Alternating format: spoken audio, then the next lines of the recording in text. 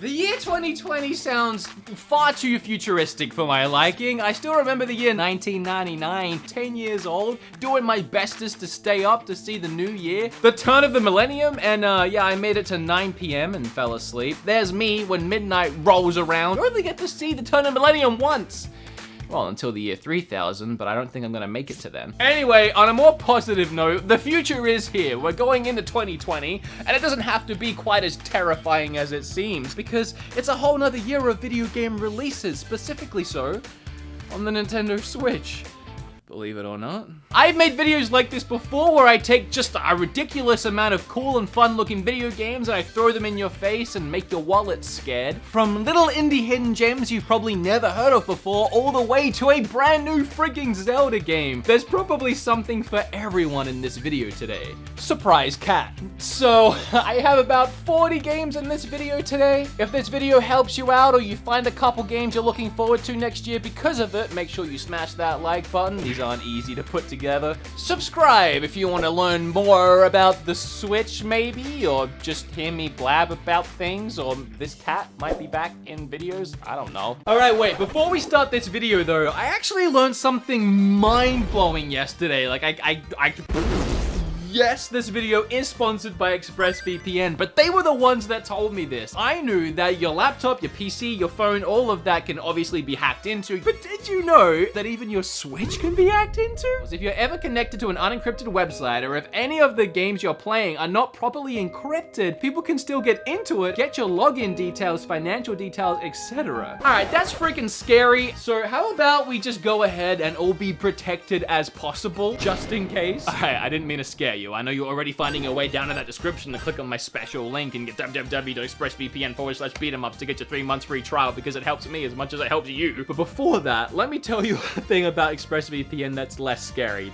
Like being able to watch what you want, when you want, where you want. You get the point. When I was in Japan, me and Kim, we signed into ExpressVPN and watched a bunch of shows from back home. We couldn't get there. And if you're in like Australia, do you know that Netflix in the US has Grey's Anatomy and The Walking Dead? You can't watch any of that on Netflix in Australia unless you bring up your little ExpressVPN, you hit the on button in United States or wherever, and now all of a sudden you refresh your page and bada bing, bada boom, you got yourself some shows, baby! ExpressVPN, again, the #1 trusted VPN, is definitely the way to go. Thanks so much ExpressVPN for sponsoring this video and scaring me into never playing my Switch on a public Wi-Fi ever again. Alright, in no particular order, first up we have Gods and Monsters. I guess that after creating Assassin's Creed Odyssey, the team behind the game weren't ready to leave ancient Greece behind them, and they set out to create a brand new storybook adventure about a forgotten hero on a quest to save the Greek gods. In Gods and Monsters, you'll find tricky puzzles, mysterious dungeons, and many mythical beasts. This game looks gorgeous, and I'm ready for it. It's just around the corner at this point. Not sure why I winked there. This next one is interesting and could go either way. Deliver Us the Moon is a sci-fi thriller set in an apocalyptic near future where the Earth's natural resources have been depleted. The gameplay has both first and third person parts, survival elements like oxygen tanks depleting in the cold of space, intricate puzzles, and 3 hours of original music. Color me intrigued. Proving that a Xenoblade game can have likable characters, Monolith Soft's epic Xenoblade Chronicles game, which originally launched in 2012 on the Wii, is destined to be reborn on Nintendo Switch as Xenoblade Chronicles Definitive Edition. We can all finally relive the adventures of Shulk in the best Xenoblade game the Switch will see. Doom Eternal. Hey, what do you want me to say? It's the new Doom. You know, the last one that was really good? Yeah, the sequel. Other than that, buy Doom Eternal. You know it's gonna be good. I actually haven't played Outer Worlds yet as much as I want to, because surprising everyone, the publisher announced a port to Switch before the end of 2020's fiscal year, which means like soon. Before the end of March anyway, so I decided to wait rather than have to play it twice. The game is made by Obsidian Entertainment, the company behind Fallout New Vegas. And that's the Fallout game that many Fallout fans consider the last great Fallout game. Well, at least until now, because Outer Worlds is like Fallout and it's supposed to be better than all the recent Fallouts, especially Fallout 76. Now, I can't lie, I've never seen or read anything to do with Fairy Tail. The only thing I know about it is I think that's where that sound effect comes from, right? The one every YouTuber uses, including myself, the... Okay, so I haven't heard of Fairy Tail, but I have played a lot of Koei Tecmo's games. Ninja Gaiden, Dynasty Warriors, Noah, Noo, Nia, Neo? I don't know. So when you tell me that Koei is taking the best-selling manga Fairy Tail and turning it into a possibly awesome JRPG for the Switch in 2020, are you ready, kids? I do so many things I regret. For years, nerds on YouTube stood in front of their game walls and blabbed on about a little hidden gem called SpongeBob Battle for Bikini Bottom. Well, I guess this gem ain't so hidden no more, as it's getting a full, rehydrated remake with a brand new multiplayer mode included. To clarify, I was one of those nerds on YouTube, so I'm glad to see this game finally get the love it deserves. While the Pokemon Company struggled to innovate their mainline games, Digimon be out here like, hold my Digivice.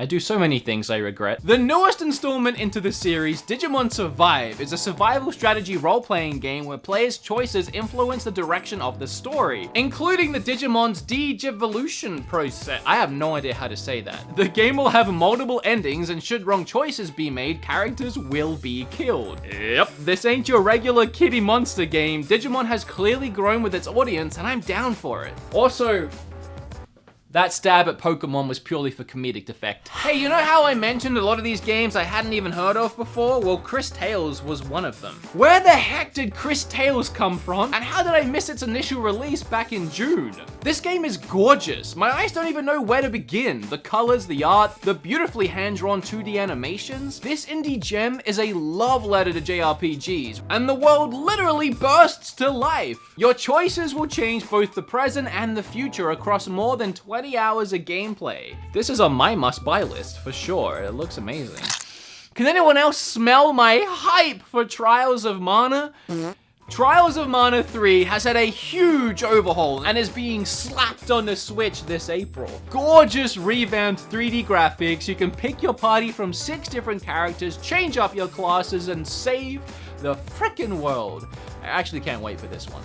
Apparently back in April, a faithful remake of XIII, or 13 as some people like to call it, was announced to be coming to Switch, and it was gonna release in November? Well, that didn't happen, and I didn't know anything about any of that, but apparently it's now coming out in 2020. Honestly, this is really cool. I hope it turns out to be a fun game. The original was one of my all-time favorite GameCube games. It had a really cool comic book style and great action gameplay for the time. We don't really know much about this remake or what it's gonna look like, but I'm still excited nonetheless. Early next year, in January, the worlds of Fire Emblem and Atlas games have smash-smashed once again, but this time, they're gonna dance away their feelings. Of all the Wii U games left to port to the Switch, this wasn't my #1, but it deserves a good home as much as any of those other poor consoles titles. It's a strange game that blends the combat of Fire Emblem and Shin Megami Tensei series and throws in some stunning musical performances. Now, you guys know that I'm a big My Hero fan, both the anime and the fighter. I was big time surprised when I picked up My Hero 1's Justice and discovered it was actually a really fun and solid fighting game, with a sizable roster of 20 characters, a story that cleverly followed along with the anime, and it was crammed full of action. Well, I was even more surprised to hear they were making a sequel. Was there really a need to make another sequel so soon? I mean, unless they're adding, a couple extra new characters. Oh, what's that? It has 40 characters? Double the roster size? Pre-ordered. We've already seen a couple of Darksiders games release on the Switch, and honestly, they felt right at home with the rest of the library. And now, Darksiders Genesis drops in February, although, unlike the other games, this is a new game in the series. And also, unlike the other games, Genesis is a top-down hack-and-slash action RPG comparable to, of course, Diablo, the only game you ever compare any game of this style to. And I mean, if you're not sure about picking it up on Switch, you can try it already because it's released on Steam for $30. Or if you want a better deal, it also released on Google Stadia for $40. Speaking of GameCube games getting a remastered release on the Nintendo Switch, Final Fantasy Crystal Chronicles is also coming out pretty soon in January. One of the weirder Final Fantasy spin-off games, but a personal favorite of mine. This new version will come with updated graphics and sounds, new character voiceovers, and a new online multiplayer mode. The first time I ever heard of or saw Snack World was when I was in Japan. This new release has gold in the title, which means it includes both expansion packs and all other downloadable content from the Japanese release. It should be a fun little title. Animal Crossing, do I have to? Can we just move? Can you save me some time and allow me to move on swiftly here? What? Look, okay, it's Animal Crossing. We've all waited too dang long for this game to come out. It finally is coming out, and I'm ready to dive into my first real Animal Crossing game experience. I don't really know what I'm in for, but I can tell you that Tom Nook ain't gonna know what hit him. Well, whatever that is supposed to mean. Hey look, another Diablo-like kind of game, Minecraft Dungeons. Can I be honest with you guys though? Like, we're all friends, right? I can be honest about my feelings. I actually think this game looks pretty damn good. This just looks like a fun, unique take on the dungeon crawler genre. For up to 4 players, kinda weirdly there's no class system, so the players can use any kind of weapon or armor they want. It's supposed to be more fun and way less serious than other games in this genre. Beat 'em up! That's my channel name, and it's also the name of a genre of game, and a game that falls into that genre is Streets of Rage. The 4th one is releasing on Switch next year. It takes place 10 years after the events of Streets of Rage 3, and it looks good. It might actually be the best one yet, but only time will tell. Only time will tell. Rumors of Persona 5 finding its way to Switch ran rampant early this year, and I'm happy to confirm that it's not happening. We went through a lot of ups and downs, like Joker being released in Smash Brothers. It all ended up being Persona Scramble.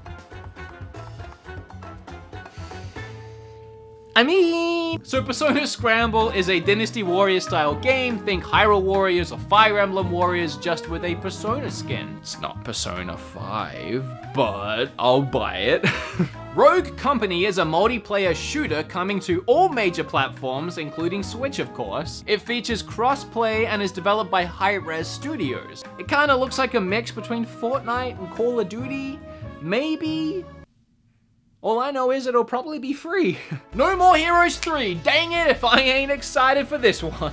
Developed by one of my all-time favorites, Grasshopper Manufacture, No More Heroes is back after a 10-year hiatus. Unless you count Travis Strikes Again, which I don't. The new game will follow Travis's return to Santa Destroy, as he must defend the world from a new alien threat via hack-and-slash style gameplay, and I can't wait.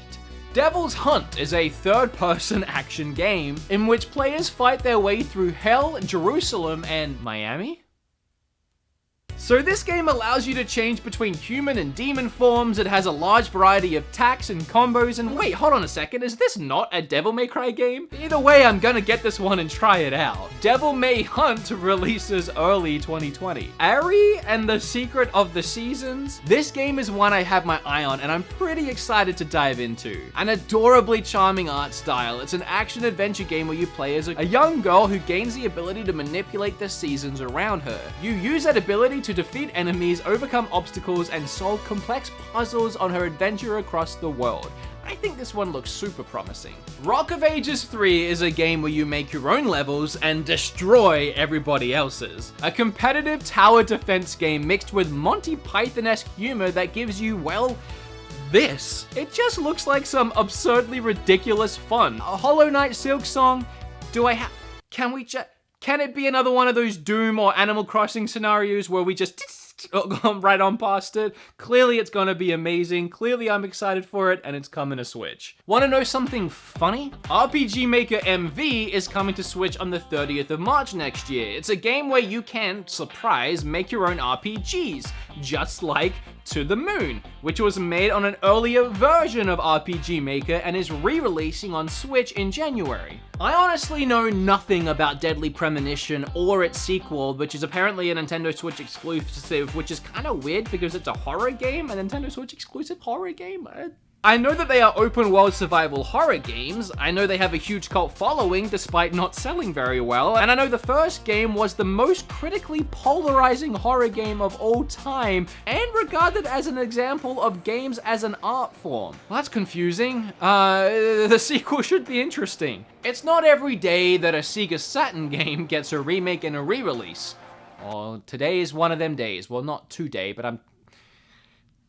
but thankfully, it's happening. Panzer Dragoon is heading to Switch with improved graphics and controls. Personally, I don't care about any of that. I'm just looking forward to blasting that soundtrack again. Before I move on to the last group of games for this video, which I'm putting in their own little section and calling that section just the games that are what the heck are happening to you guys? Come on, hurry up and release. Why aren't you out yet? And most of them are the big AAA budget titles that we expect to see next year, but we also expected to see last year, and then some of them even the year before that. You know how in like Nintendo Directs, or really any presentation of video games, where you get around to that last couple minutes before they do get to the big announcements, and they just do a big montage of all these games that they just didn't have anything to say or couldn't be bothered talking about. Alright, here's the big ones. Here's the games that we all want to see next year, and they really should release next year, and they might release next year, but they probably won't release next year. Metroid Prime 4. Look, we all know that this is probably the least likely on the list. Even with it being scrapped and restarted like a year ago now, it's not impossible that it could be ready for a release late next year. And now there is an intense amount of pressure to get this game right. Okay, but what the heck? Bayonetta 3 has to be next year. End of last year, I thought it had to be this year. And now it has to be next year. We've been waiting for Bayonetta as long as we've been waiting for Metroid, but at least we know kind of what's been going on with Metroid. Bayonetta has just been dead silent. Bayonetta next year. Come on, chop chop. Oh, you want to speak of a game shrouded in mystery? How about Shin Megami Tensei 5? Alright, the release trailer for this game is literally older than the Nintendo Switch itself. Apparently back then was when they had just started development, and even by the end of 2017, Atlus said it was nowhere near coming soon. But a year ago, in November 2018, apparently it entered full-scale development. So my guess is late next year? I mean, that gives the game a year and a half of full scale and over 3 years of total development time. Pikmin 4 is a strange case. Miyamoto himself confirmed Pikmin 4 was coming in 2015. Since then, in an interview, he said he's been asked to not share anything about it, but that the game was progressing. That was 2017. He also said it was close to completion and the Pikmin teams are always working on the next game. So going by all of that, all we can say is that Pikmin 4 is coming to Nintendo Switch and has been in development possibly since 2015. I don't know what to believe, but if Pikmin 4 isn't released next year, I'm calling Miyamoto out on Twitter. Alright, okay, I'm calling this one. I do believe Breath of the Wild 2 is going to release next year in 2020. We haven't been told that, but hear me out. Ever since the first game released on Switch's launch, I was a firm believer that the next game in the franchise would be a sequel of some kind.